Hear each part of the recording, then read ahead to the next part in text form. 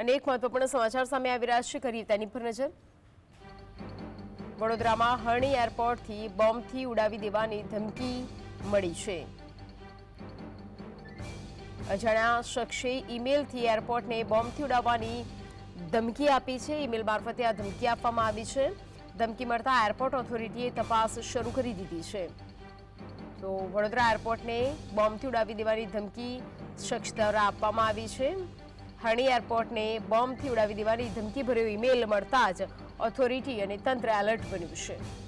વધુ વિગતો સાથે સંવાદદાતા રૂપેશ ઓનલાઈન પર જોડાઈ ગયા છે। રૂપેશ, અજાણ્યા શખ્સે ઈમેલ કર્યો છે અને ધમકી આપી છે વડોદરા એરપોર્ટને ઉડાવી દેવાની, અને તેને લઈને તંત્ર પણ સતર્ક બન્યું છે।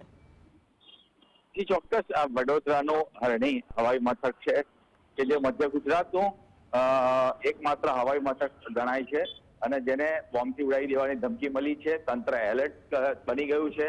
CISFના મેલ પર આ પ્રકારનો બોમ્બથી ઉડાવી દેવાનો મેસેજ મળ્યો છે ઈમેલ દ્વારા, જેને લઈને હાલ હરણી પોલીસ પણ આ તપાસમાં જોડાઈ છે।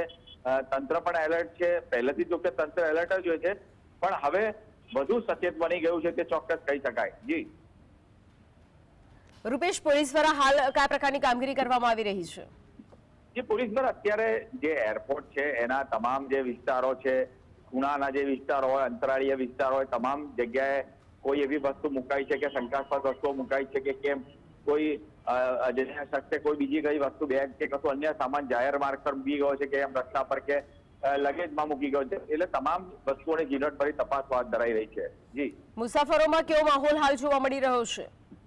જે મુસાફરોમાં હાલ જે છે એ અચાનક આ જે ચેકિંગ વધી જતા કુતૂહલ જરૂર છે, કારણ કે સામાન્ય રીતે જે ઇઝીલી મૂવિંગ થતું હોય એમાં થોડુંક અંતે ફેરફાર થતા મુસાફરોમાં કુતૂહલ જરૂર છે આ ઘટનાને લઈને। જી રૂપેશ, જોડાઈ સમગ્ર માહિતી આપવા બદલ આપનો આભાર।